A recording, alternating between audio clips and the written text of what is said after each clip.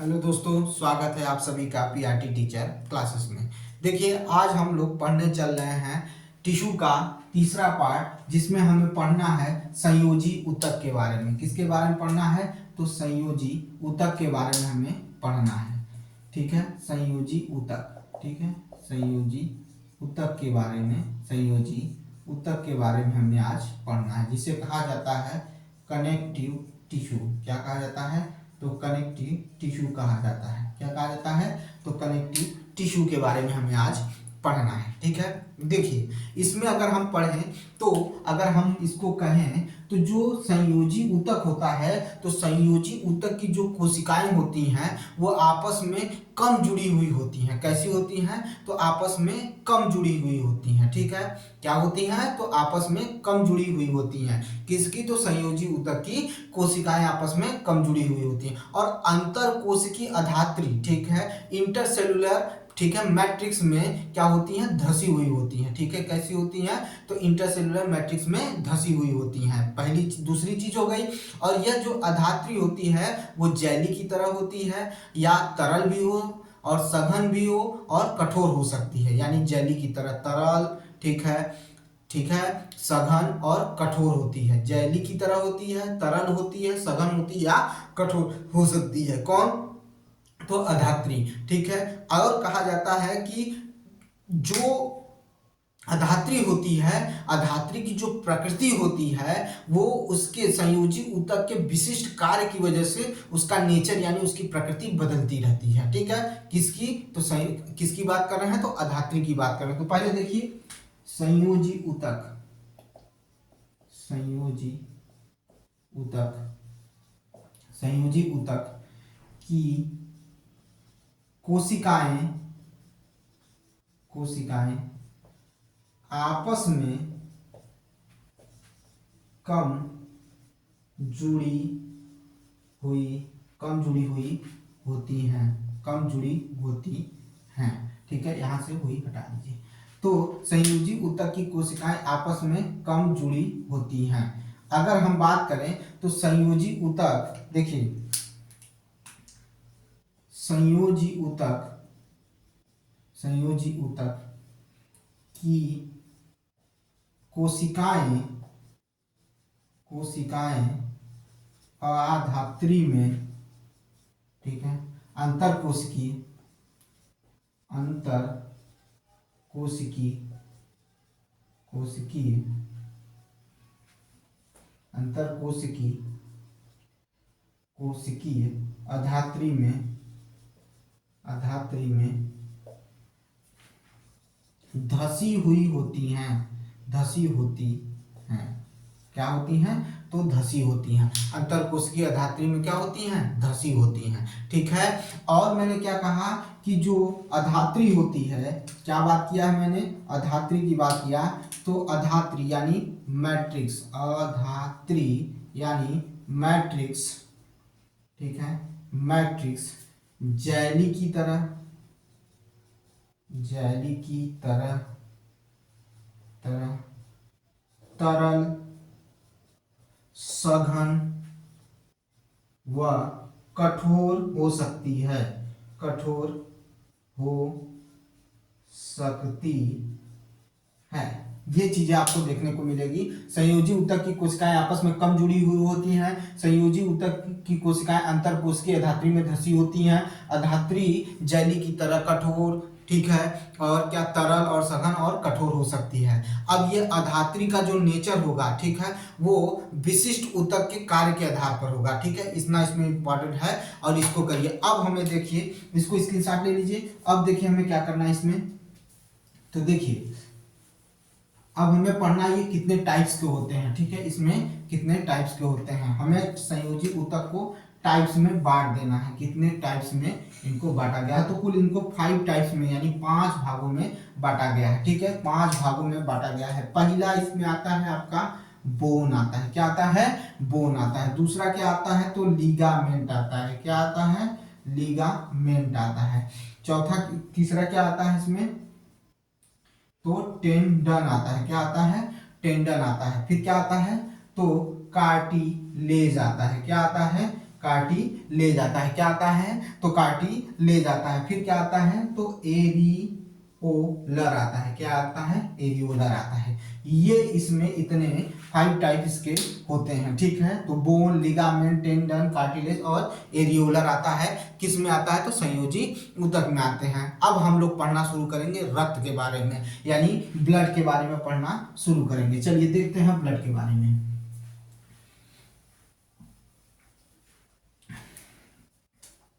आइए, रक्त, रक्त यानी ब्लड। चलिए, रक्त एक प्रकार का क्या होता है? संयोजी ऊतक होता है। रक्त क्या होता है? तो एक प्रकार का संयोजी ऊतक होता है, ठीक है। और रक्त में क्या होता है? ठीक है, रक्त का में जो रक्त के जो तरल अधात्री भाग होते हैं उसको क्या कहा जाता है? तो प्लाज्मा कहा जाता है। पहली बात तो रक्त क्या है? तरल संयोजी ऊतक है। और रक्त के तरल अधात्री भाग को क्या कहा जाता है? तो रक्त के तरल अधात्री भाग को प्लाज्मा कहा जाता है। क्या कहा जाता है? तो प्लाज्मा कहा जाता है। किसके? रक्त के तरल अधात्री भाग को हम क्या कहते हैं? तो प्लाज्मा कहते हैं। क्या कहते हैं? तो प्लाज्मा कहते हैं रक्त के तरल अधात्री भाग को। देखिए, रक्त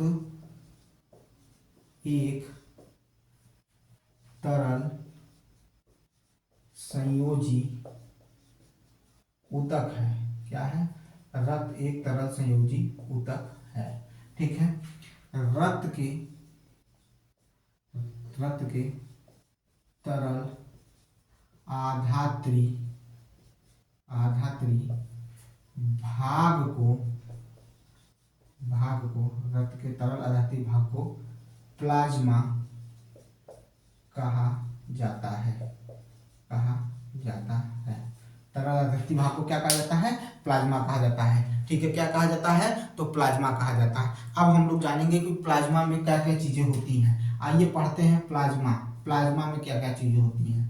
प्लाज्मा, चलिए प्लाज्मा के बारे में देखिए। प्लाज्मा में 3 चीजें आपको देखने को मिलेगी। प्लाज्मा में 3 चीजें आपको देखने को मिलेंगी। एक मिलेगा आपको आरबीसी। क्या मिलेगा? आरबीसी। एक मिलेगा आपको डब्ल्यूबीसी और एक मिलेगा आपको प्लेटलेट्स। क्या मिलेगा? प्लेटलेट्स मिलेगा। क्या मिलेगा? प्लेटलेट्स मिलेगा। क्या मिलेगा? प्लेटलेट्स मिलेगा। ये 3 चीजें इसमें पाई जाती हैं। किसमें? प्लाज्मा में। आपको मिलेगा रेड ब्लड कार्पल्स, डब्लू यानी व्हाइट ब्लड कार्पल्स, और क्या पाए जाएंगे? प्लेटलेट्स पाए जाएंगे। किसमें पाए जाएंगे? तो प्लाज्मा में पाए जाएंगे। प्लाज्मा क्या होता है? तो रक्त का तरल आधात्री भाग होता है, ठीक है। ये चीजें हो गई। अब बताता हूं कि इनके अलावा क्या पाया जाता है। इसका स्क्रीनशॉट लीजिए।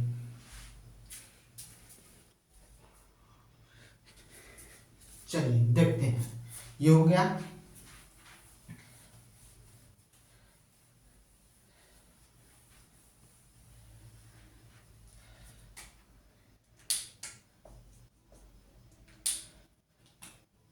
देखिए, मैंने क्या कहा था? किसकी बात की थी? तो प्लाज्मा की बात की थी। प्लाज्मा में क्या क्या होता है? तो प्लाज्मा में डब्ल्यूबीसी, आरबीसी और प्लेटलेट्स होता है। प्लाज्मा में और क्या पाया जाता है? तो प्लाज्मा में हार्मोन, नमक व प्रोटीन पाया जाता है। प्रोटीन भी पाया जाता है प्लाज्मा में। देखिए, ये सारी चीजें पाई जाती। प्लाज्मा, ठीक है। प्लाज्मा में हार्मोन, रक्त, ठीक है, हार्मोन होता है, प्रोटीन होता है और नमक भी पाया जाता है। अब ये हो गए आपके किसके? प्लाज्मा में। अब इसी में देखिए, अब तो ये रक्त के भाग थे। रक्त में क्या क्या चीजें होती है? प्लाज्मा में क्या होता है? वो सारी चीजें हो गई। अब बात करेंगे रक्त के कार्य। आइए रक्त के कार्य को पढ़ा जाए। रक्त के कार्य क्या क्या होते हैं, सुनिए ध्यान से। रक्त क्या करता है? तो रक्त पहला करता है कि गैस, शरीर के पचे हुए भोजन, हार्मोन और उत्सर्जी पदार्थों को शरीर के एक भाग से दूसरे भाग में पहुंचाने का कार्य करता है, यानी संवहन करने का काम करता है। देखिए, मैंने क्या कहा? मैंने कहा रक्त गैसों, शरीर में पचे हुए भोजन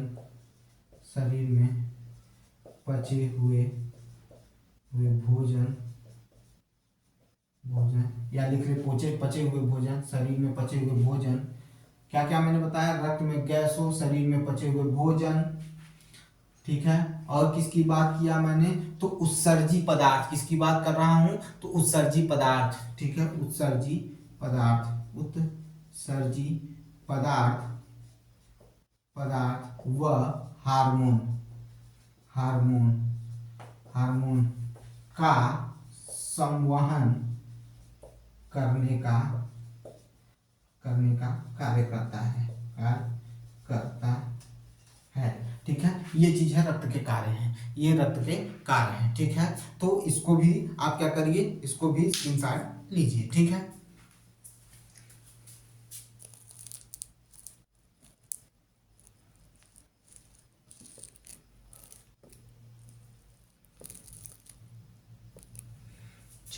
अब देखिए ये चीज हो गई आपकी।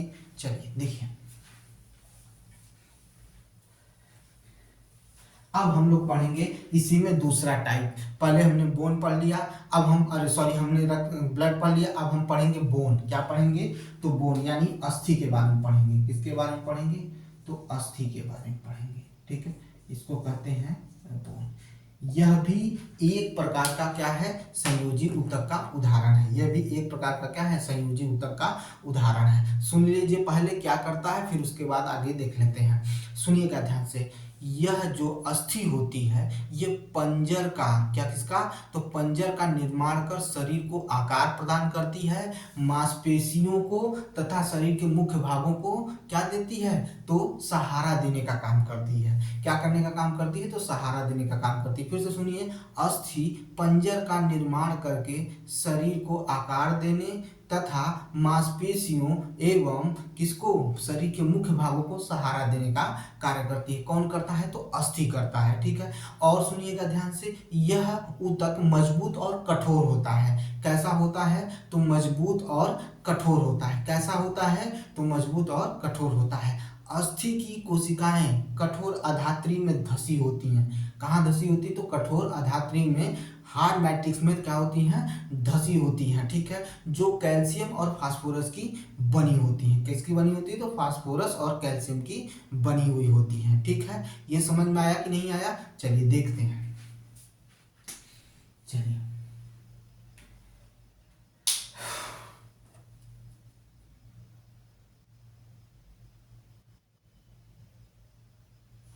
चलिए,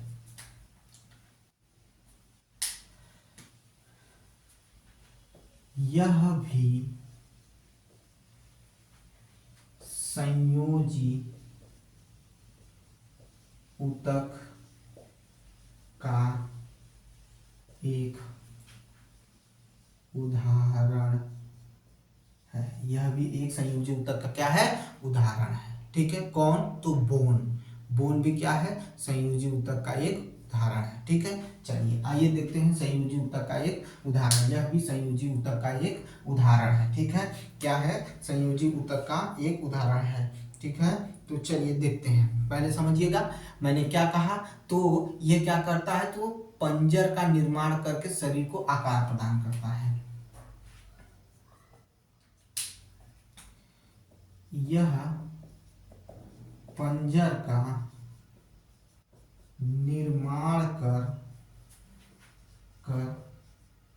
शरीर को आकार प्रदान करता है। कह रहा है कि यह पंजर का निर्माण करके शरीर को आकार प्रदान करने का काम करता है। और क्या करता है, यह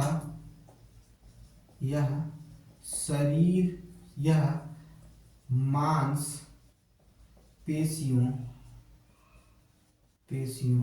व शरीर के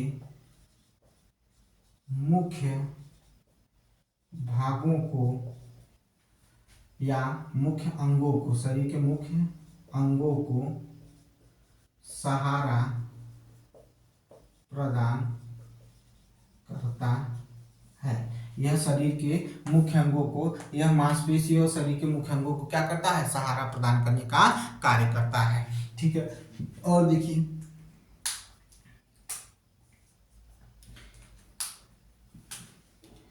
संयोजी, मैंने क्या कहा था, तो मैंने कहा था कि इस ऊतक, ये ऊतक जो होता है वो कैसा होता है, कठोर और मजबूत होता है। यह ऊतक कठोर व मजबूत होता है। ठीक है, और क्या बताया था, तो इस ऊतक की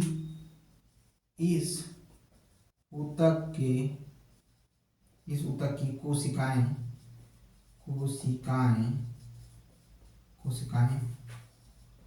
कठोर आधात्री में धसी होती हैं। ठीक है, इसको आप स्क्रीनशॉट लीजिए।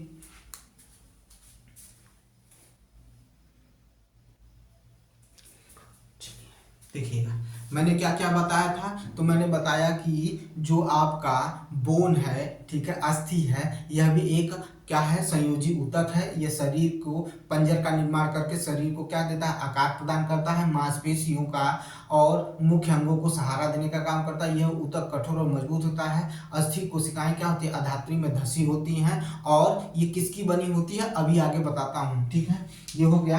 तो देखिए, इसी कारण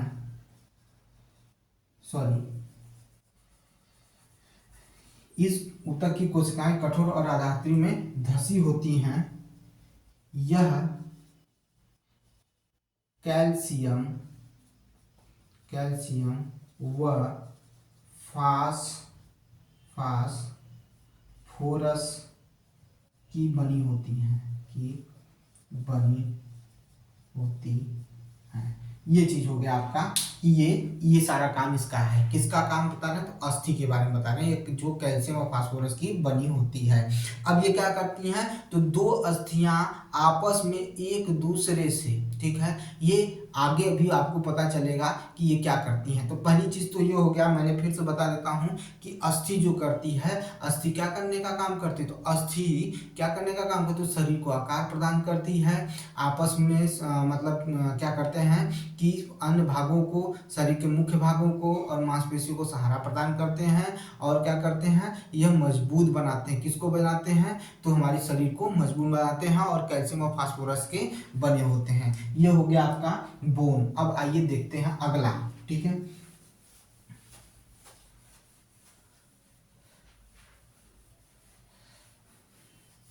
अब हम लोग पढ़ने चल रहे हैं, स्नायु के बारे में पढ़ेंगे। किसके बारे में पढ़ेंगे, तो स्नायु के बारे में पढ़ेंगे। देखिए, अगर हम बात करें स्नायु यानी लिगामेंट, किसकी बात करें, लिगामेंट की बात करें। किसकी बात करें, स्नायु और लिगामेंट की बात करें, और इसी को किसके साथ पढ़ लें, तो टेंडन यानी कंडरा। ठीक है, किसके बाद साथ पढ़ लें, तो कंडरा के साथ पढ़ लें, तो चीजें डिफरेंट जो होती हैं वो क्लियर हो जाएंगी। ठीक है, टेंडन, ठीक है, जो कंफ्यूजन होती है वो दूर हो जाएगा। तो चलिए शुरू करते हैं, दोनों को एक साथ पढ़ेंगे ताकि चीजें कंफर्म हो जाएं और आपको जल्दी से लर्न हो जाए। ठीक है, तो सुनिएगा ध्यान से। ठीक है, ये देखिए, ये स्नायु क्या करता है, दोनों का बताते चलेंगे, दोनों को लर्न कराते चलेंगे, आपको लर्न हो जाएगा।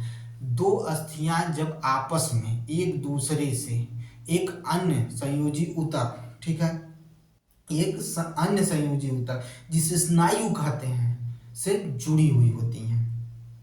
ठीक है, जिसे अस्थि बंधान तंतु कहते हैं। ठीक है, यानी अगर मैं बोलूं दो अस्थियां, ठीक है, किसकी बात कर रहा हूं, तो अस्थियों की बात कर रहा हूं। दो अस्थियां आपस में एक दूसरे से स्नायु के कारण, एक दूसरे से स्नायु, ठीक है, किससे, स्नायु से क्या होता है, एक स्नायु, यानी अगर कहा जाए कि दो अस्थियां आपस में एक अन्य संयोजी ऊतक स्नायु से जुड़ी होती हैं, एक दूसरे से एक अन्य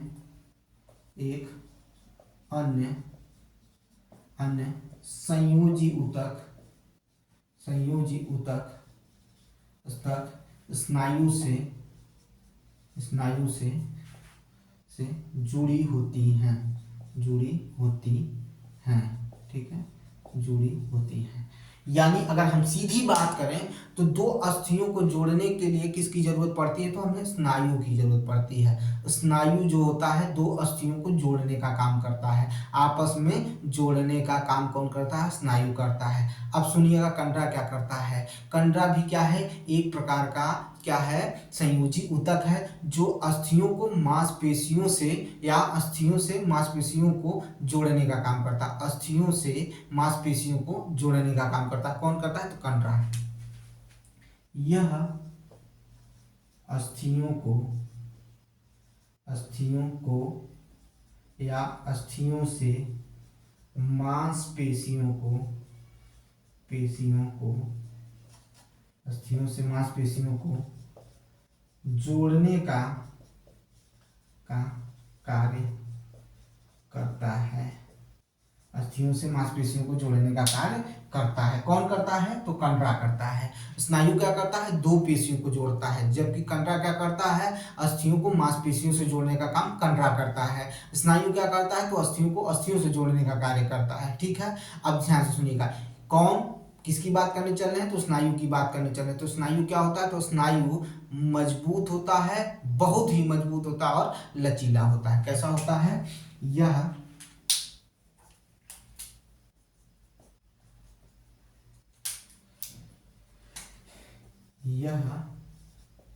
बहुत मजबूत व लचीला होता है। यह बहुत मजबूत व लचीला होता है। यह बहुत मजबूत और वह क्या होता है, लचीला होता है, बहुत मजबूत और लचीला होता है, ठीक है। स्नायु में अधात्री बहुत कम होती है, स्नायु में अधात्री बहुत कम होती है। किस्म की बात कर रहे हैं, तो स्नायु में अधात्री बहुत कम होती है। ये एक चीज है, इसको नॉर्मल याद कर लीजिएगा। ये हो गया आपका, किसके बारे में बात कर रहे हैं, तो स्नायु के। अब देखिए कंडरा के बारे में सुनिएगा। कंडरा क्या कहता है, तो कंडरा जो होता है वो भी मजबूत होता है, लेकिन सीमित लचीलापन पाया जाता है। कैसा पाया जाता है, तो सीमित लचीलापन पाया जाता है। यह भी मजबूत व सीमित लचीला यह भी मजबूत व सीमित लचीलापन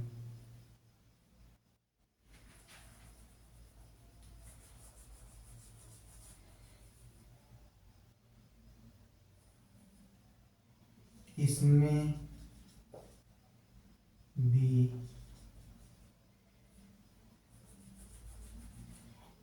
यह मजबूत व सीमित लचीला होता है। यह मजबूत व सीमित लचीला होता है, ठीक है। और सुनिएगा ध्यान से, इसमें लचीलेपन वाले या कहा जाए रेशेदार ऊतक होते हैं। यह कैसा ऊतक होता है, तो यह रेशेदार ऊतक होता है। यह रेशेदार ऊतक होता है। ये कैसा ऊतक होता है, तो रेशेदार ऊतक होता है, ठीक है। और ये क्या करता है, तो फिर से सुन लीजिएगा, पहले इसका स्क्रीनशॉट ले लीजिए।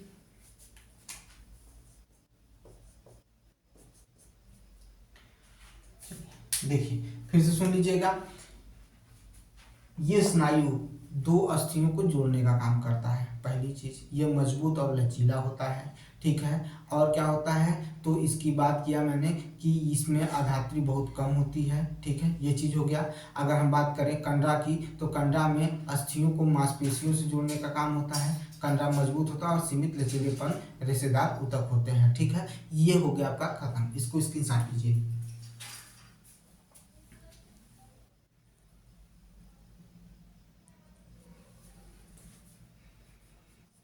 चलिए देखिए,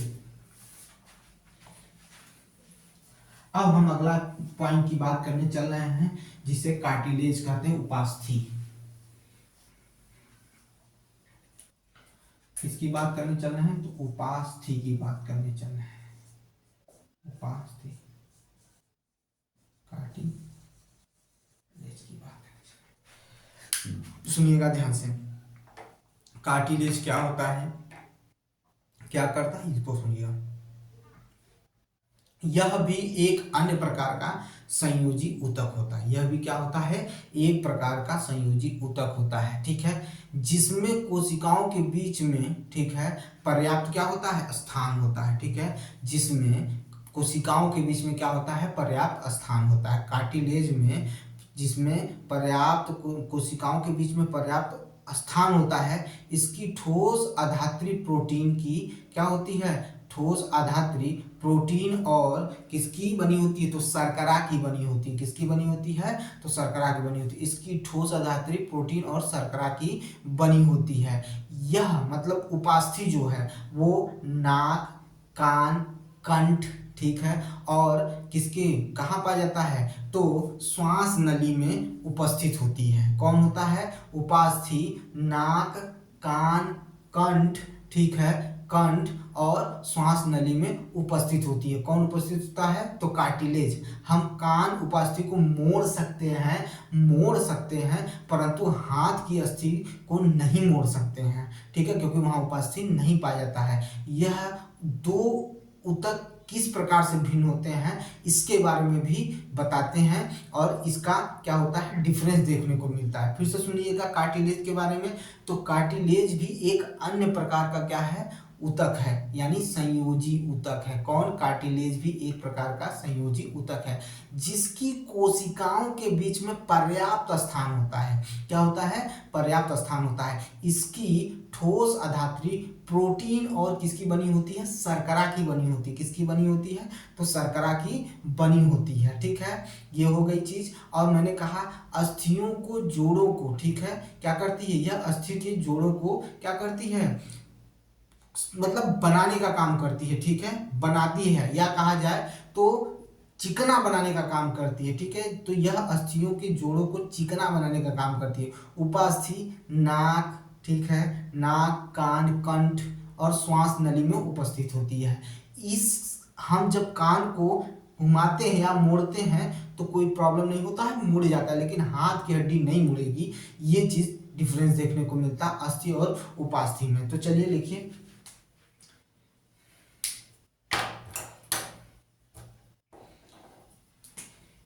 यह भी एक अन्य प्रकार का संयोजी ऊतक होता है। यह भी एक प्रकार का संयोजी ऊतक होता है, ठीक है। इनकी कोशिकाओं के बीच में पर्याप्त स्थान होता है। इनकी कोशिकाओं के बीच, इनकी कोशिकाओं के बीच में पर्याप्त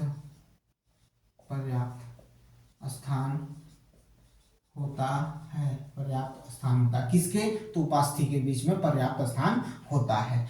इसकी अधात्री प्रोटीन और किसकी बनी होती है, शर्करा की बनी होती है। इसकी, यहां से लिख देते हैं, यहां से लिखिए,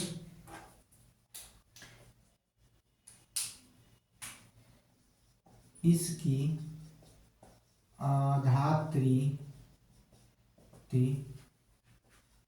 प्रोटीन व शर्करा, ठीक है, प्रोटीन व किसकी बनी होती है, प्रोटीन व किसकी बनी होती है, तो शर्करा की बनी होती है,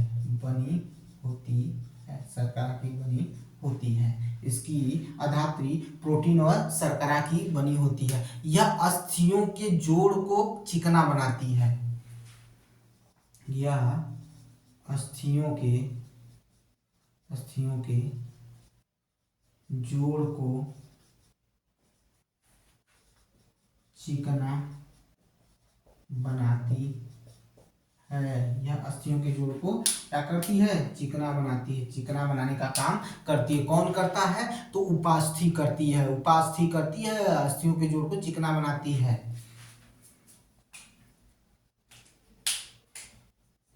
यह कान,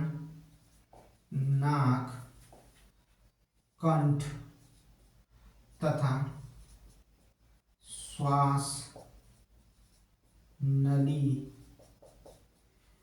श्वास नली, श्वास नली में पाई जाती है, पाई जाती है, श्वास नली में पाई जाती है। कहाँ कहाँ पाई जाती है? तो कान, नाक, कंठ और श्वास नली में पाई जाती है। कौन पाया जाता है? तो उपास्थि पाया जाता है। यह हो गया, ठीक है। अब देखिए कि अब हमें क्या करना है, अब हमें पढ़ना है कि इसी के अंदर आता है एरिओलर संयोजी ऊतक, ठीक है। ये दो ऊतक किस प्रकार से भिन्न है, तो देखिए पहला हमको पढ़ना, इसी में पढ़ना है एरिओलर संयोजी ऊतक। अब एरिओलर संयोजी ऊतक क्या करता है उसके बारे में बात कर लें। तो एरिओलर संयोजी ऊतक त्वचा और मांसपेशियों के बीच पाया जाता है। एरिओलर संयोजी ऊतक त्वचा और मांसपेशियों के बीच में होता है, ठीक है। रक्त नलिका के चारों ओर पाया जाता है, नसों में पाया जाता है, ठीक है। और कहाँ पाया जाता है? तो अस्थि मज्जा में पाया जाता है। कहाँ पाया जाता है? अस्थि मज्जा में। फिर से सुनिएगा, एरिओलर की बात कर रहे हैं। किसकी बात कर रहे हैं? तो एरिओलर। पहले इसका स्क्रीनशॉट लीजिए जरा।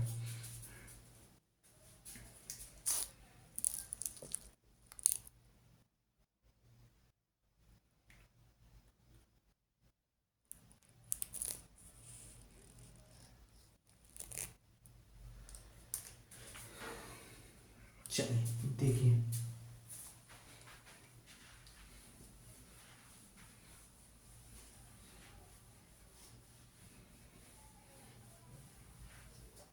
हम किसकी बात करने चल रहे हैं? तो हम बात करने चल रहे हैं एरिओलर की। किसकी बात करने चल रहे हैं? तो एरिओलर, एरिओलर ऊतक, संयोजी ऊतक, एरिओलर ऊतक की, ठीक है। एरिओलर ऊतक की बात करने चल रहे हैं, इसकी बात करने चल रहे हैं। एरिओलर, एरिओलर की बात करने चल रहे हैं, एरिओलर टिश्यू, ठीक है। एरिओलर टिश्यू की बात करने चल रहे हैं, एरिओलर टिश्यू के बारे में बात करने चल रहे हैं। देखिए एरिओलर टिश्यू के बारे में सुनिएगा, फिर से मैं बताने चल रहा हूँ, मैंने शुरू किया था, फिर से सुनिएगा। जो यह भी एक प्रकार का संयोजी ऊतक है, पहली चीज, ठीक है। यह संयोजी ऊतक मांसपेशियों तथा त्वचा के बीच होता है, मांसपेशियों तथा त्वचा के बीच होता है, ठीक है। ये बात हो गई। दूसरी का कहा था? तो मैंने कहा था रक्त नलिका के चारों ओर पाई जाती है। और कहाँ पाई जाती है? नसों और अस्थि मज्जा में भी पाया जाता है। कौन पाया जाता है? तो एरिओलर पाया जाता है। अब ये क्या करता है? यह अंगों के भीतरी भाग, जो मतलब कि भीतर के भाग जो खाली रहता है उसको भरने का काम करता है। तो यह अंगों के, ठीक है, भीतरी भाग को जो खाली रहता है, ठीक है, भीतर की खाली भाग को या भीतर की खाली जगह को भरने का काम करता है। कौन करता है? तो एरिओलर करता है, ठीक है। आंतरिक अंगों को सहारा भी प्रदान करता है, आंतरिक अंगों को सहारा प्रदान करने का काम करता है। और कौन सहारा प्रदान कर रहा था? तो अस्थि कर रहा था, ठीक है। और ऊतकों की मरम्मत में भी यह सहायक है। कौन? तो एरिओलर। देखिएगा फिर से, यह संयोजी ऊतक, यह संयोजी ऊतक, यह संयोजी ऊतक, यह संयोजी ऊतक, यह संयोजी ऊतक कहाँ पाया जाता है?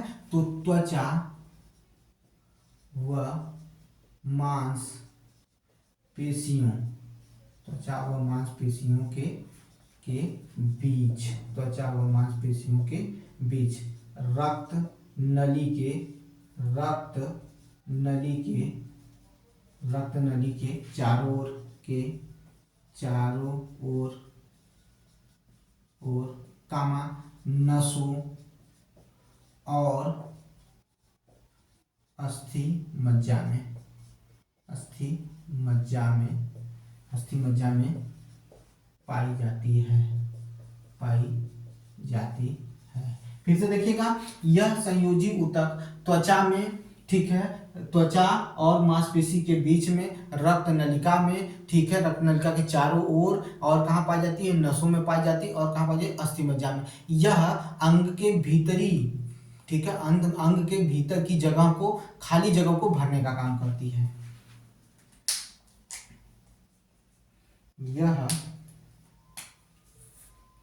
यह अंगों के के भीतर की खाली जगह को भरने का कार्य करती है। ठीक है, ये क्या करती है? शरीर के अंगों की खाली जगह को भरने का काम करती है। यह और क्या करती है? तो यह जो होता है यह अंगों को यानी आंतरिक अंगों को सहारा प्रदान करती है। यह शरीर के आंतरिक अंगों को सहारा प्रदान करती है। यह शरीर के अंगों को सहारा प्रदान करती है। कौन करता है? तो एरियोलर करती है। और क्या करती है? तो ऊतकों की मरम्मत में क्या करती है? सहायता करती है। यह ऊतकों के मरम्मत में सहायता प्रदान करती है। यह ऊतकों की मरम्मत में सहायता प्रदान करती है। ऊतकों की मरम्मत में सहायता प्रदान करती है। इसका स्क्रीनशॉट लीजिए फटाफट। चलिए देखिए, ये चीज हो गई।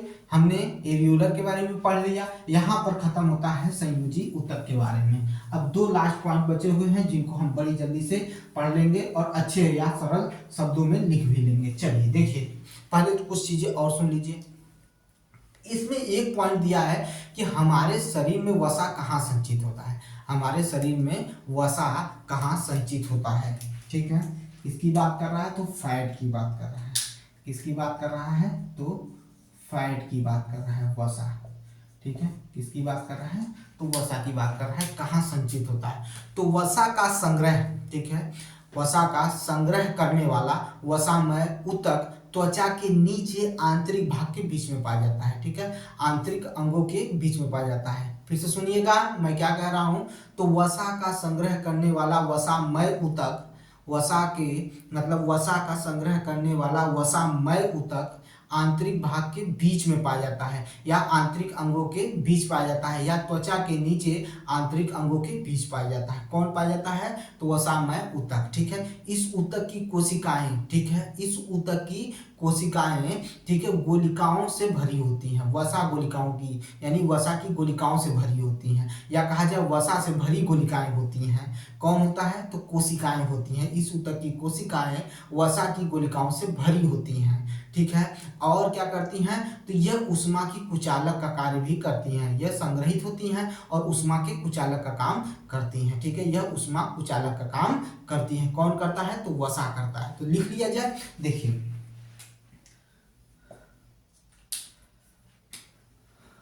वसा का संग्रह वसा का संग्रह वसामय ऊतक में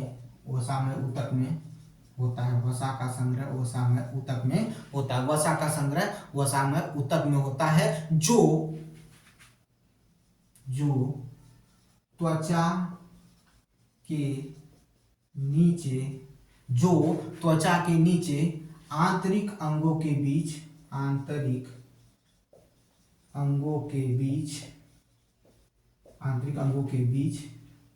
पाई जाती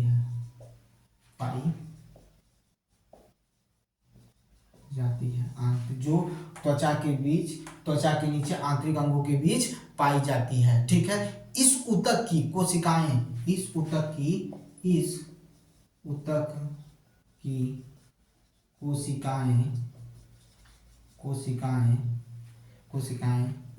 की कोशिकाएं वसा की गोलिकाओं से भरी होती हैं। इस ऊतक की कोशिकाएं वसा की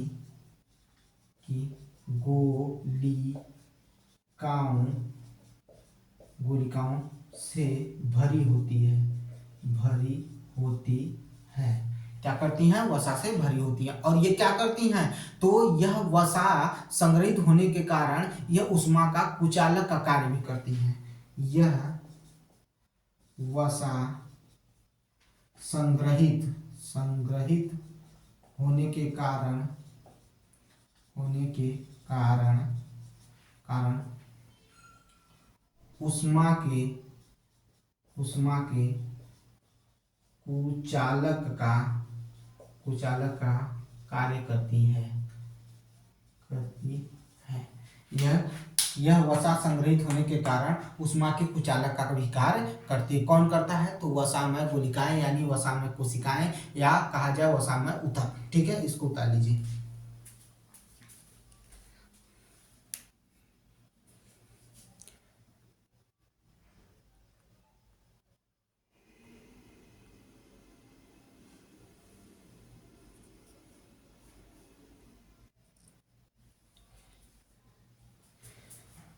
चलिए, ये हो गया आपका।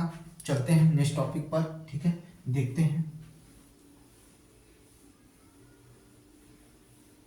अब हमें पढ़ना है, हम अब इसके बारे में जो पढ़ने चल रहे हैं, अगर हम उसकी बात करें तो उसे कहा जाता है पेशीय तंत्रिका। क्या कहा जाता है? तो पेशीय तंत्रिका कहा जाता है, या कहा जाए पेशी ऊतक कह सकते हैं। उसे क्या कह सकते हैं? तो पेशी ऊतक कह सकते हैं। देखिए, पेशी ऊतक, ठीक है, पेशी ऊतक। ठीक है, इसे क्या कहा जा सकता है? तो इसे हम कहते हैं पेशी ऊतक। ठीक है, क्या कहा जाता है? मस्कुलर टिश्यू कहा जाता है। क्या कहा जाता है? तो मस्कुलर टिश्यू भी कह सकते हैं। ठीक है, अब ध्यान से सुनिएगा, यहीं पर चीजें सीखनी है और इम्पोर्टेंट चीजें सीखनी है। ठीक है, यहीं पर सीखनी है और इम्पोर्टेंट चीजें सीखनी है, जिसकी जरूरत आपको पड़ने वाली है। तो उस पर ध्यान दीजिएगा कि क्या होता है क्या नहीं होता है, यहीं पर आपको चीजें समझ में आ जाएंगी। ठीक है, चलिए देखते हैं। पेशी ऊतक, किसकी बात कर रहे हैं? पेशी ऊतक लंबी कोशिकाओं का बना होता है। किसका बना होता है? तो लंबी कोशिकाओं का बना होता है। कौन बना होता है? तो पेशी ऊतक लंबी कोशिकाओं का बना होता है, जिसमें पेशी रेशा, जिसे मसल फाइबर भी कहा जाता है। ठीक है, क्या कहा जाता है? पेशी रेशा, जिसमें पेशी रेशा या जिनमें पेशी रेशा या मसल फाइबर भी कहा जाता है। ठीक है, ये हो गया। तो कह रहा है, अब ये क्या होता है? कहा जाता है यह हमारे शरीर की में गति के लिए उत्तरदायी होते हैं। किसके लिए उत्तरदायी होते हैं? तो गति के लिए उत्तरदायी होते हैं। किसके लिए उत्तरदायी होते हैं? तो गति के लिए उत्तरदायी होते हैं। कौन उत्तरदायी होता है? तो पेशी ऊतक गति के लिए उत्तरदायी होता है। पेशी में, ठीक है, पेशियों में, या कहा जाए कि जो हमारे पेशीय ऊतक होते हैं, इसमें एक विशेष प्रकार का क्या होता है? प्रोटीन होता है। क्या होता है? प्रोटीन होता है, जिसे सिकुड़ने वाला प्रोटीन कहा जाता है। क्या कहा जाता है? सिकुड़ने वाला प्रोटीन कहा जाता है। यह प्रोटीन क्या करता है? तो संकुचन और प्रसार का काम करता है। संकुचन और प्रसार करने का काम करता है, जिसके कारण गति होती है। जिसके कारण क्या होती है? गति होती है। ठीक है, कुछ पेशियां, ठीक है, कुछ पेशियां, या कहा जाए कुछ पेशियों की, ठीक है, हम इच्छा अनुसार गति करा सकते हैं। कुछ पेशियों की हम इच्छा अनुसार गति करा सकते हैं। जैसे पैर में विद्यमान पेशियां, हाथ में विद्यमान पेशियों को हम अपनी आवश्यकता अनुसार, जब हमें जरूरत पड़ती है तब हम उसको गति कराते हैं, या उसकी गति को हम रोक सकते हैं। उसकी गति को हम रोक सकते हैं। ठीक है, इस तरह की पेशी को ऐच्छिक पेशी कहते हैं। क्या कहते हैं? ऐच्छिक पेशी कहते हैं। क्या कहते हैं? ऐच्छिक पेशी कहते हैं। ठीक है, इन पेशियों की कंकाल पेशी भी कहा जाता है, यानी इन पेशियों को या इन पेशियों को कंकाल पेशी भी कहते हैं। और ये क्योंकि ये अधिकतर हड्डियों से जुड़ी होती हैं, हड्डियों से ही जुड़ी होती हैं। कौन? तो कंकाल पेशी, इसलिए शरीर की गति में सहायक होती है। कैसी होती है? शरीर की गति में सहायक होती है। पहले इतना शुरू किया जाए, फिर उसके बाद देखते हैं। मैंने पहला क्या बोला? तो पेशी ऊतक यानी मस्कुलर। ठीक है, किसकी बात कर रहे हैं? तो मस्कुलर टिश्यू। चलिए भाई, मस्कुलर टिश्यू के बारे में बताएं। मैंने पहला क्या बताया? पहला लाइन देखते हैं। ये कैसी कोशिकाओं से मिलकर बनी होती हैं? तो यह पेशी ऊतक लंबी कोशिकाओं से मिलकर बना होता है। यह लंबी कोशिकाओं कोशिकाओं से मिलकर बनी होती है। यह लंबी कोशिकाओं से मिलकर बनी होती है, पहली चीज आ गई। ठीक है, इसमें पेशी रेशा भी कहा जाता है, इसे जिसे पेशी रेशा भी कहा जाता है। अगर हम कहें तो जिसे पेशी रेशा भी कहा जाता है, जिसे पेशीय रेशा, रेशा, ठीक है, मसल, ठीक है, मसल फाइबर भी, मसल फाइबर भी कहा जाता है। ठीक है, फिर से सुनिएगा, यह लंबी कोशिकाओं से मिलकर बनी होती है, जिसे क्या कहा जाता है, पेशी रेशा भी कहा जाता है, मसल फाइबर भी कहा जाता है। यह हमारे शरीर की गति के लिए उत्तरदायी होता है। यह हमारे शरीर की गति के लिए उत्तरदायी होता है। यह हमारे शरीर की गति के लिए क्या होता है, उत्तरदायी होता है। ठीक है, अब आइए अगला बात कर लेते हैं। यह चीज हो गया इन पेशियों में, ठीक है, इन पेशियों में विशेष प्रकार का प्रोटीन पाया जाता है। इन पेशियों में विशेष प्रकार का प्रोटीन पाया जाता है, जिसे सिकुड़ने वाला प्रोटीन कहते हैं। इन पेशियों में विशेष प्रकार का प्रोटीन पाया जाता है, जिसे सिकुड़ने वाला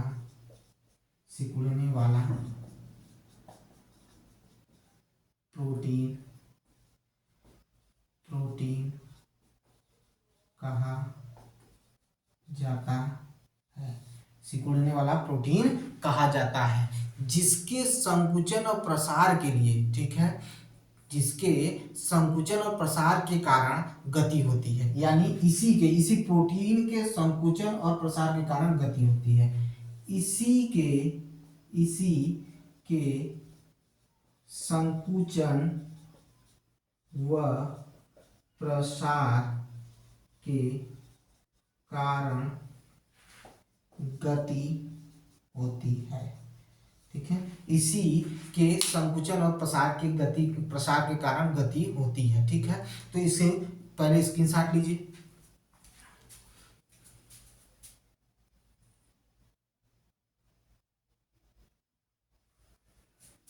चलिए,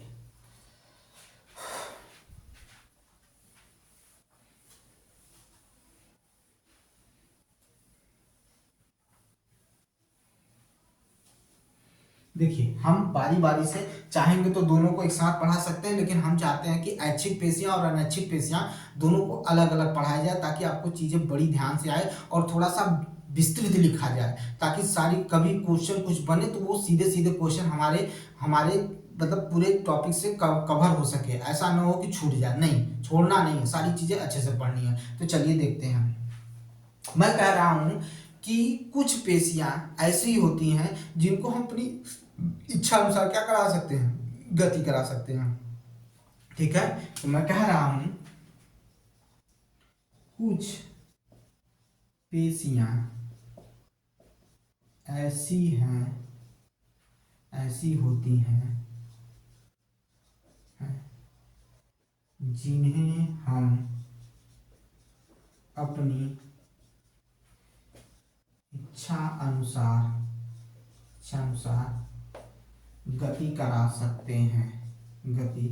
जिन्हें हम अपनी इच्छा अनुसार गति करा सकते हैं, जैसे हाथ व पैर की पेशियां। ठीक है, कारण कुछ ऐसी पेशियां होती हैं जिन्हें हम अपनी इच्छा अनुसार गति करा सकते हैं, जैसे हाथ और पैर की पेशियां। ठीक है, ये हो गया हाथ और पैर की पेशियां जिन्हें हम अपनी इच्छा अनुसार गति करा सकते हैं। ठीक है, तो अब इसमें क्या कहा जा सकता है, ठीक है, ऐसी पेशियों को को ऐसी पेशियों को क्या कहा जाता है? तो ऐच्छिक। क्या कहा जाता है? तो ऐच्छिक पेशियां कहा जाता है। क्या कहा जाता है? तो ऐच्छिक पेशियां कहा जाता है। ऐसी पेशियों को क्या कहा जाता है? तो ऐच्छिक पेशियां कहा जाता है। ऐच्छिक पेशियां या ऐच्छिक पेशियां कहा जाता है, कहा जाता है। ठीक है, सीधी सीधी सी बात है, बहुत ज्यादा घुमा के बात करने की जरूरत नहीं है। ठीक है, तो ऐसी पेशियों को हम क्या कहते हैं? तो ऐच्छिक पेशियां कहा जाता है। ये चीज होकर आ गई। अब देखिए, इन पेशियों को कंकाल पेशी भी कहा जाता है। इन पेशियों को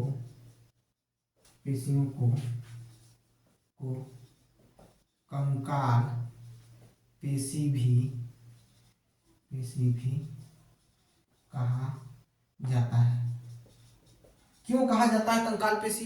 क्यों कहा जाता है कंकाल पेशी? ऐसी पेशियों को क्यों कहा जाता है? क्योंकि ये अधिकतर हड्डियों से जुड़ी होती हैं। ये किससे जुड़ी होती हैं? तो हड्डियों से जुड़ी होने के कारण यह कंकाल पेशी भी कहा जाता है। पूछ लिया जाएगा कि ऐच्छिक पेशियों को कंकाल पेशी क्यों कहा जाता है? तो यह हड्डियों से जुड़ी हुई होती हैं, इसीलिए इन्हें कंकाल पेशी भी कहा जाता है। और ये कंकाल पेशियां शरीर को गति कराने में सहायक होती हैं। क्या कराने में सहायक होती हैं? तो गति कराने में सहायक होती हैं। अगर सूक्ष्मदर्शी से देखा जाए, ठीक है, किससे देखा जाए? तो सूक्ष्मदर्शी से देखने पर ये पेशियां हल्के गहरे रंगों में एक के बाद एक, ठीक है, रेखाओं और धारियों की तरह प्रतीत होती हैं। ठीक है, यह हल्के गहरे रंग की एक के बाद एक रेखाओं के और धारियों में प्रतीत होता है। इसी कारण इसे रेखी पेशी भी कहा जाता है। इसे क्या कहा जाता है? रेखी पेशी भी कहा जाता है। अगर हम लिख लें तो देखिए, ये हो गया आपका, ठीक है, ये हो गया। देखिए,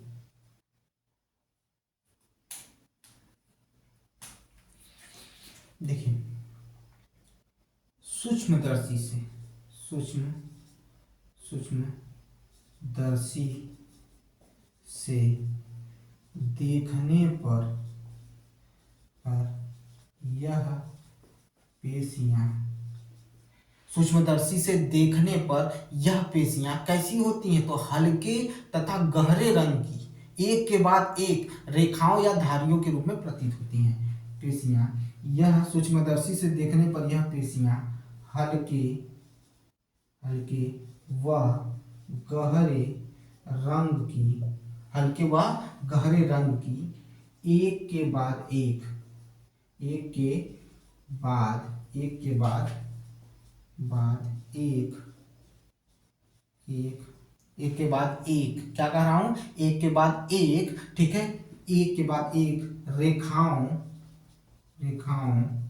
या धारियों में प्रतीत होती हैं। कैसी होती हैं? तो धारियों में प्रतीत होती हैं। इसी कारण इन्हें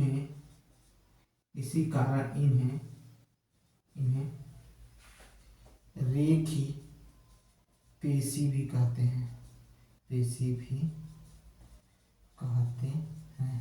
इसी कारण है रेखी पेशी भी कहते हैं। क्या कहा जाता है? तो रेखी पेशी भी कहा जाता है। ठीक है, रेखी पेशी भी कहा जाता है। किस कारण कहा जाता है? तो मैंने बता दिया कि इसी कारण इन्हें कहा जाता है, रेखी या रेखित पेशी भी कहा जाता है। ठीक है, ये सारी चीजें हो गई। अब कह रहा है इस ऊतक की कोशिकाएं लंबी होती हैं, शाखा रहित होती हैं और बहुनाभी होती हैं। ठीक है, अगर हम बात करें तो इनकी कोशिकाएं जो होती हैं वो कैसी होती हैं? लंबी होती हैं।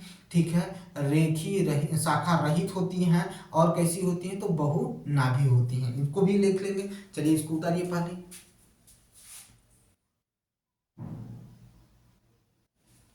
चलिए देखिए,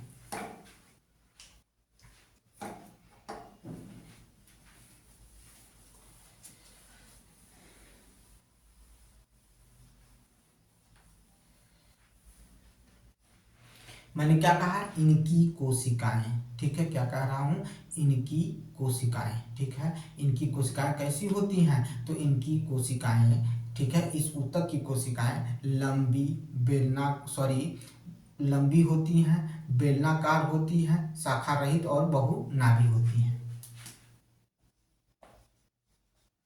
इनकी कोशिकाएं कोशिकाएं लंबी, इनकी कोशिकाएं लंबी,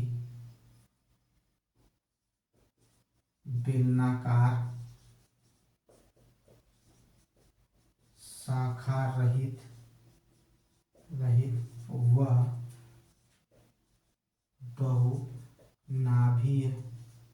बहुनाभीय होती हैं। किसकी बात कर रहे हैं?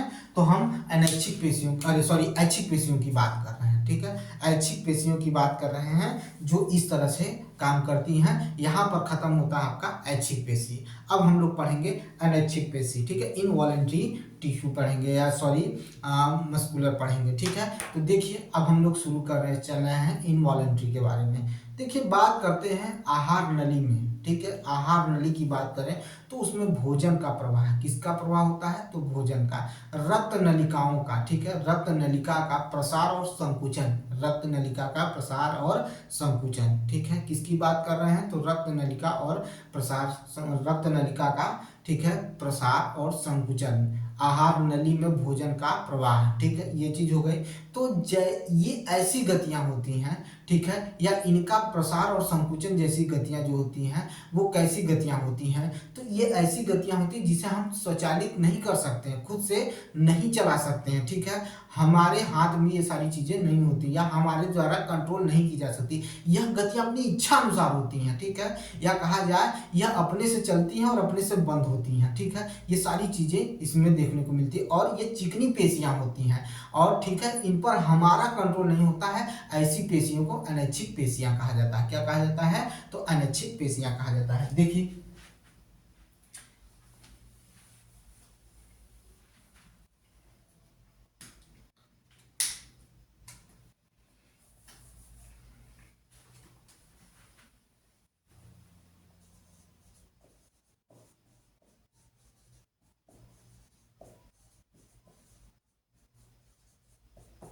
ठीक है, अनैच्छिक पेशियां। ठीक है, अब देखिए अनैच्छिक पेशियों के बारे में फिर से सुन लीजिएगा, थोड़ा सा सुनते रहेंगे तो सारी चीजें तैयार होती जाएंगी। ठीक है, तो देखिए मैंने कहा कि आहार नली में भोजन का प्रवाह, आहार नली में भोजन का प्रवाह, आहार नली में भोजन का प्रवाह, रक्त नलिका, रक्त नलिका का संकुचन व प्रसार, रक्त नलिका का संकुचन व प्रसार। आहार नली में भोजन का प्रवाह, रक्त नलिका का प्रसार या संकुचन, ये सारी गतियां ऐच्छिक हैं। क्या ये सारी गतियां ऐच्छिक हैं? नहीं, ऐच्छिक गतियां नहीं है। जैसी गतियां ऐच्छिक नहीं है, यह गतियां अपने अनुसार शुरू होती हैं, अपनी इच्छा अनुसार चलती हैं और स्वचालित होती हैं, इन्हें हम रोक नहीं सकती हैं। ठीक है, देखिए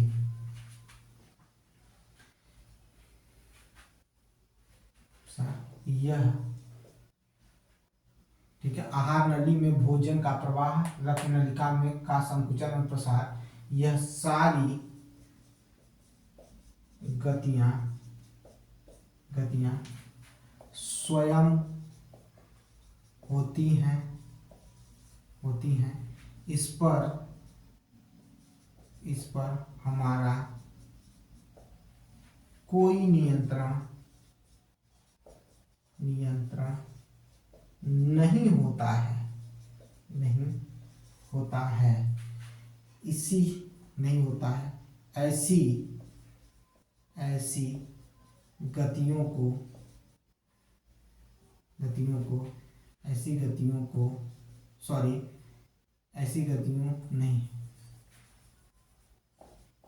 ऐसी पेशियों को, ठीक है, को अनैच्छिक क्या कहा जाता है? अनैच्छिक पेशियां कहा जाता है या अनैच्छिक पेशी कहा जाता है।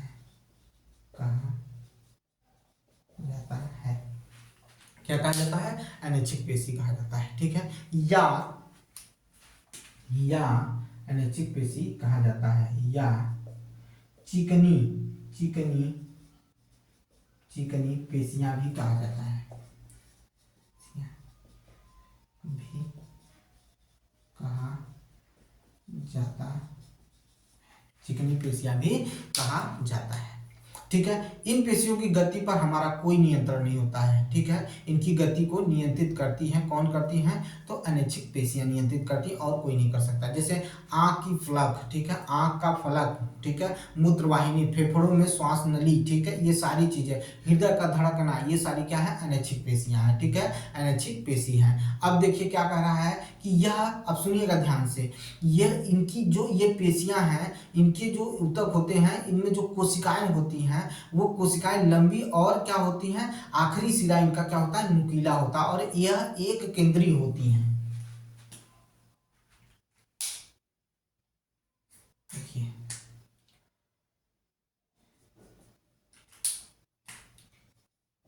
इनकी कोशिकाएं इनकी कोशिकाएं कैसी होती हैं? तो इनकी कोशिकाएं कैसी होती है? तो लंबी होती हैं। क्या होती हैं? इनकी कोशिकाएं लंबी लंबी व इनकी कोशिकाएं लंबी व क्या होती हैं?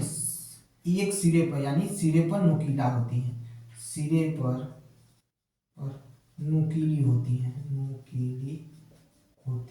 सिरे पर नुकीली होती हैं। क्या होती हैं? सिरे पर नुकीली होती हैं। कैसी होती हैं? सिरे पर नुकीली होती हैं। और क्या होता है? एक केंद्र की होती हैं। वह एवं एक केंद्रकीय होती हैं, एक केंद्र की होती हैं। ऐसी पेशियों को अरेखित पेशी भी कहते हैं। अरेखित पेशी भी कहते हैं। क्या कहते हैं? अरेखित पेशी कहते हैं। वो जो पेशियां पढ़े थे आप लोग, ऐच्छिक पेशियां पढ़े थे, वो लंबी होती थी, ठीक है, और रेखित होती थी। ठीक है, एक के बाद एक क्या होती थी? रेखा के रूप में होती थी, बहुनाभिकीय होती थी। ठीक है, कैसी होती थी? बहुनाभिकीय होती थी। और क्या होती थी? तो शाखा रहित होती थी। लेकिन जो अनैच्छिक पेशियां होती हैं, ये कैसी होती हैं? तो ये कैसी होती है? तो सिरे पे नुकीला होता है इनका, लंबी होती हैं और एक केंद्र की होती हैं। ठीक है, इसीलिए इन्हें अरेखित कहा जाता है। इसीलिए इन्हें क्या कहा जाता है?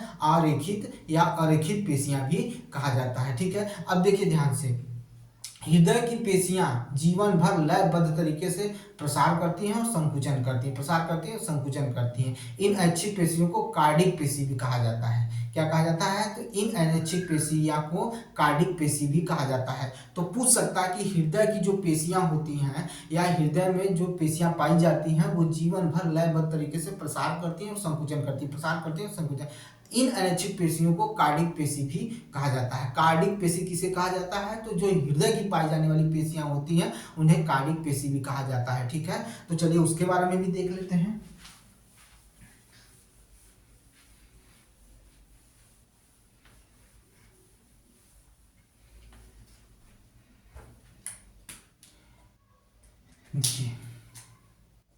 किसकी बात करने चल रहे हैं? किसको पढ़ाने चल रहे हैं? क्या पढ़ना है हमें? तो कार्डिक पेशी पढ़ना है। क्या पढ़ना है? कार्डिक पेशी।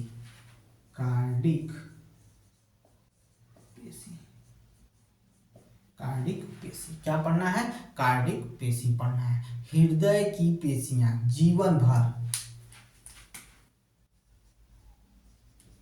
हृदय की पेशी जीवन भर लयबद्ध तरीके से लयबद्ध तरीके से या लयबद्ध होकर, चलिए लयबद्ध होकर प्रसार व संकुचन करती हैं। क्या करती हैं? प्रसार व संकुचन करती हैं। तो करती रहती हैं और जीवन भर चलता रहता है। तो ऐसी पेशियों को या इन पेशियों को क्या कहा जाता है? तो कार्डिक पेशी कहा जाता है। ऐसी अनैच्छिक पेशी को, ऐसी अनैच्छिक पेशी को कार्डिक पेशी कहा जाता है। क्या कहा जाता है? अनैच्छिक पेशी को कार्डिक पेशी कहा जाता है। अब सुनिएगा, हृदय की पेशियां कैसी होती हैं? तो बेलनाकार होती हैं, शाखाओं वाली होती है और एक केंद्रीय होती है।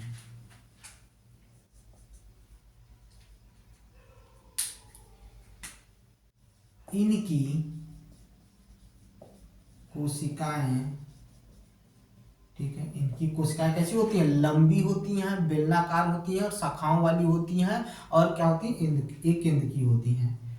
इनकी कोशिकाएं बेलनाकार, शाखाओं शाखाओं बेलनाकार शाखाओं वाली व एक केंद्र की होती है। एक केंद्रकीय होती हैं। इसका स्क्रीनशॉट लीजिए फटाफट।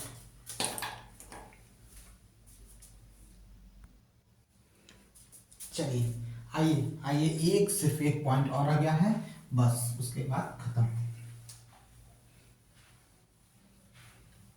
अब हम लोग पढ़ने चल रहे हैं तंत्रिका ऊतक के बारे में। किसके बारे में पढ़ने चल रहे हैं? तो तंत्रिका ऊतक के बारे में। देखिए तंत्रिका ऊतक क्या होता है।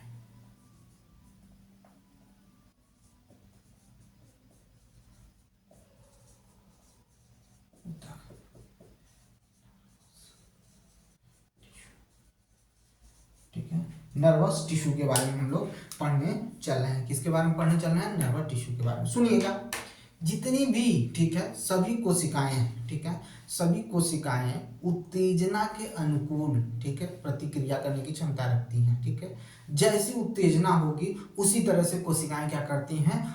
प्रतिक्रिया करने का काम करती हैं। यद्यपि तंत्रिका ऊतक जो होती है वो बड़ी तेजी से, बड़ी जल्दी उत्तेजना के अनुकूल प्रतिक्रिया करने का काम करना शुरू कर देती है। ठीक है, यानी सबसे ज्यादा या सबसे तीव्र तरीके से तंत्रिका कोशिकाएं, ठीक है, उत्तेजना जागृत करती हैं। ठीक है, हमारे शरीर में। ठीक है, ये क्या करती हैं? उत्तेजना को बड़ी जल्दी से, बहुत तेजी से, शीघ्रता से हमारे शरीर के एक स्थान से दूसरे स्थान में पहुंचाने का काम करती हैं। उत्तेजना को हमारे शरीर से एक स्थान से, शरीर के एक स्थान से दूसरे स्थान में पहुंचाने का काम कौन करती हैं? तो तंत्रिका कोशिका, इस तंत्रिका ऊतक करती है। ठीक है, मस्तिष्क, मेरुरज्जु और तंत्रिकाएं, ठीक है, मस्तिष्क, मेरुरज्जु तथा तंत्रिकाएं सभी तंत्रिका ऊतक की बनी होती हैं। यानी अगर हम तंत्रिका ऊतक की बात करें तो तंत्रिका ऊतक क्या करती हैं? उत्तेजनाओं को ट्रांसफर करने का काम करती हैं। ठीक है, यह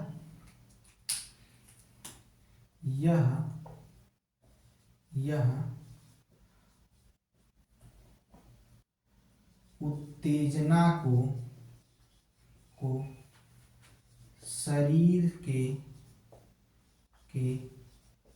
एक भाग से दूसरे भाग तक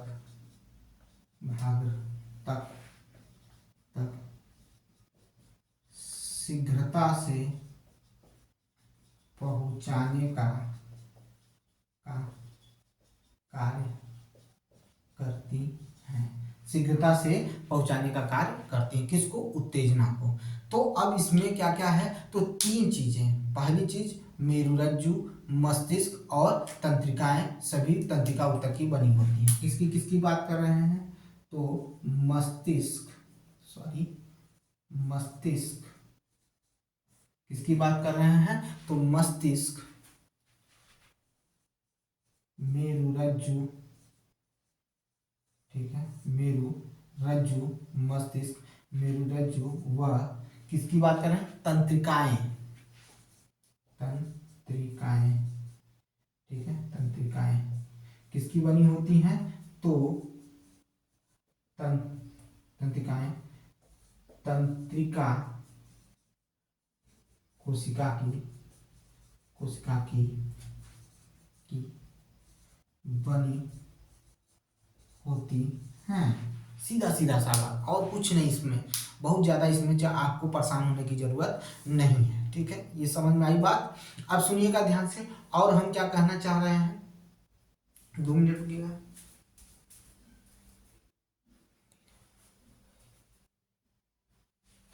चलिए ठीक है, ठीक है, ये हो गई बात। अब आगे देखिए क्या कह रहा हूं। तो तंत्रिका ऊतक की कोशिकाएं जो होती हैं, किसकी बात कर रहा हूं, तंत्रिका ऊतक की कोशिकाएं जो होती हैं वो तंत्रिका कोशिका या न्यूरॉन, उन्हें क्या कहा जाता है, तंत्रिका कोशिका कहा जाता है या न्यूरॉन कहा जाता है। किसकी बात कर रहे हैं, तो ध्यान से सुनिएगा। ये तंत्रिका ऊतक में, ठीक है, तंत्रिका ऊतक में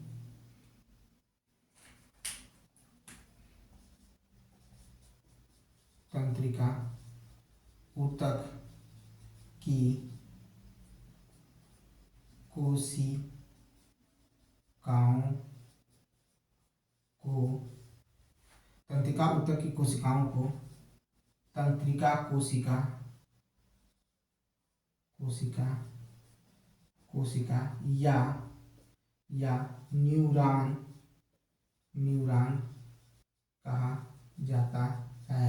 कह रहा है तंत्रिका ऊतक की कोशिकाओं को तंत्रिका कोशिका या न्यूरॉन कहा जाता है। ठीक है, क्या कहा जाता है, न्यूरॉन कहा जाता है। ठीक है, किसकी बात कर रहे हैं, तो तंत्रिका ऊतक की कोशिकाओं की बात कर रहे हैं, तंत्रिका ऊतक की कोशिकाओं की बात कर रहे हैं। ये चीज हो गई। ठीक है, अब सुनिएगा, न्यूरॉन में कोशिकाएं केंद्रक और कोशिका द्रव होता है। न्यूरॉन में जो कोशिकाएं होती हैं, ठीक है, यानी न्यूरॉन में कोशिकाएं केंद्रक यानी कोशिका केंद्रक और क्या पाया जाता है, तो साइटोप्लाज्म यानी कोशिका द्रव्य पाया जाता है। यानी अगर हम बात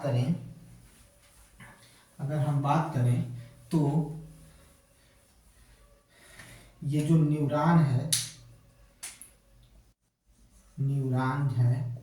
इस न्यूरॉन में दो चीजें होती हैं। इस न्यूरॉन में दो चीजें होती हैं। पहला क्या होता है, तो केंद्रक होता है और कोशिका द्रव्य होता है। केंद्रक और कोशिका द्रव्य होता है। केंद्रक होता है और क्या होता है, तो कोशिका द्रव्य होता है। किसमें, न्यूरॉन क्या होता है, तो कोशिका तंत्रिका होती है।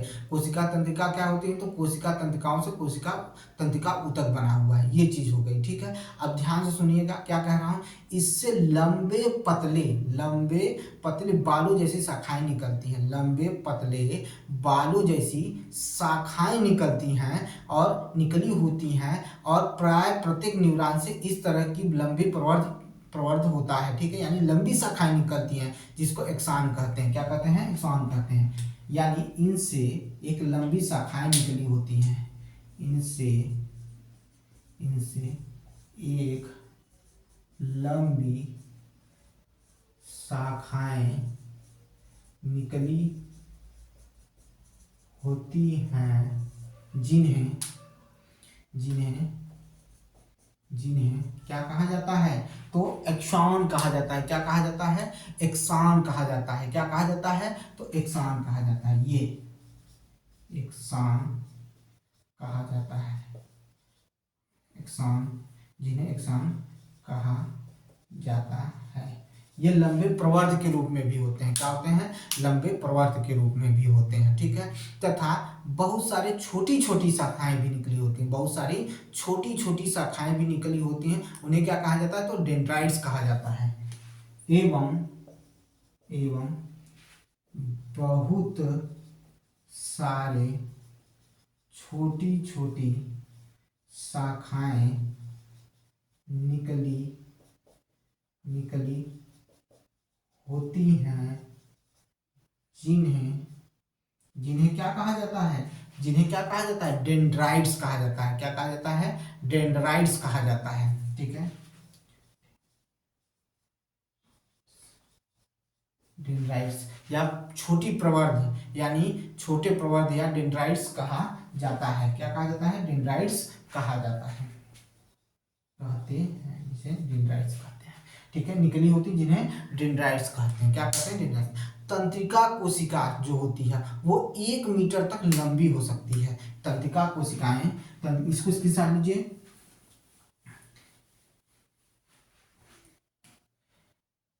तंत्रिका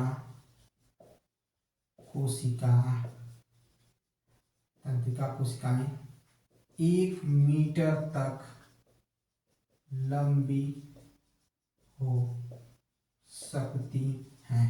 तंत्रिका कोशिकाएं 1 मीटर तक क्या हो सकती हैं? लंबी हो सकती हैं। क्या हो सकती हैं? तो लंबी हो सकती हैं। ठीक है, कौन? तो तंत्रिका कोशिकाएं। अब सुनिएगा, बहुत सारी तंत्रिका, ठीक है, रेशे संयोजी ऊतक द्वारा एक साथ मिलकर, ठीक है, संयोजी ऊतक द्वारा एक साथ मिलकर तंत्रिका का निर्माण करते हैं। इसमें कुछ बहुत खास नहीं है। तंत्रिका रेशे से गुजरने वाली संवेदना को तंत्रिका स्पंदन कहते हैं। क्या कहते हैं? तंत्रिका रेशे से गुजरने वाली संवेदना को तंत्रिका स्पंदन कहते हैं। तंत्रिका रेशे से गुजरने वाली संवेदना को तंत्रिका रेशे से गुजरने वाली संवेदना को क्या कहते हैं? तो तंत्रिका स्पंदन कहते हैं। तंत्रिका स्पंदन कहते हैं। क्या कहते हैं? तंत्रिका स्पंदन कहते हैं। क्या कहते हैं? तो तंत्रिका स्पंदन कहा जाता है। किसको कहा जाता है? तो जो संवेदना तंत्रिका रेशे से गुजरती है। तंत्रिका का स्पंदन हमें इच्छा अनुसार अपनी पेशी को गति करने में सहायक होता है। यही जो ये स्पंदन है, इसी के द्वारा हम अपनी इच्छा अनुसार क्या करते हैं? गति करते हैं। ठीक है, ये चीज हो गया। इसको स्क्रीनशॉट लीजिए फटाफट। ठीक है, ये चीज हो गया। यहीं पर आपकी चीजें क्या होती हैं? खत्म होती हैं। आपका जो इंपॉर्टेंट चीज था आपको पढ़ा दिया गया। अब इसके आगे हम नेक्स्ट चैप्टर को लेके चलेंगे। मिलते हैं नेक्स्ट वीडियो में। हमारे चैनल अगर आपको अच्छा लगता है, मेरा पढ़ाया हुआ आपको अच्छा लगता है, तो मेरे चैनल को जरूर सब्सक्राइब करिएगा और शेयर करिएगा। मिलते हैं नेक्स्ट वीडियो में।